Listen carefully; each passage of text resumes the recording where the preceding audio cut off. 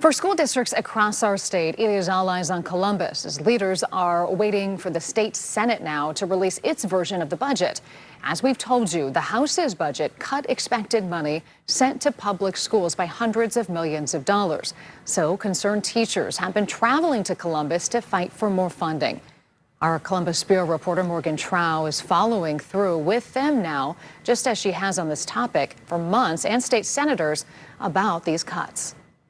All children deserve a quality education. It was only supposed to be a temporary job while he finished graduate school. I discovered that teaching was my calling and it was my mission. Like retired Ashtabula County teacher John Patterson, education is a passion for many teachers, with dozens demonstrating their support for public school funding at the Ohio Statehouse. It's important for Ohio's kids, it's important for Ohio's future to get the school funding formula totally in place so that there's predictability and sustainability for all of our schools in every corner of the state. The educators protested against the House's passed budget, one that slashes hundreds of millions of dollars from the expected school spending, a program that Patterson helped create when he was a state representative. Bipartisan plan. But Speaker Matt Huffman says that the funding level is unsustainable. But now the future of the education budget is in Senate Finance Chair Jerry Serino's hands. When we make a move in the budget for school systems,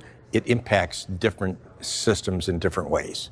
And that's what makes it complicated. Senate President Rob McCauley warns that the current funding formula could actually decrease the amount of money for schools this year. There's a chance that schools would see negative numbers as a result of that formula going into place. According to state data, about 5% of districts would have less money this year than they did last year because they have fewer students enrolled. Are you fine potentially seeing negative numbers for some of these school districts? Patterson says this makes the funding breakdown more equitable for public schools across the state. But with the House's budget, state data shows that every school would receive significantly less money than they planned for, which districts have already told us could lead to staff and program cuts. Shop classes or FFA classes or art, music, and gym that aren't necessarily required, those sorts of programs could get put on the chopping block. For Patterson, he's hoping that the senators hear him before the budget amendments are announced this week. And to help kids,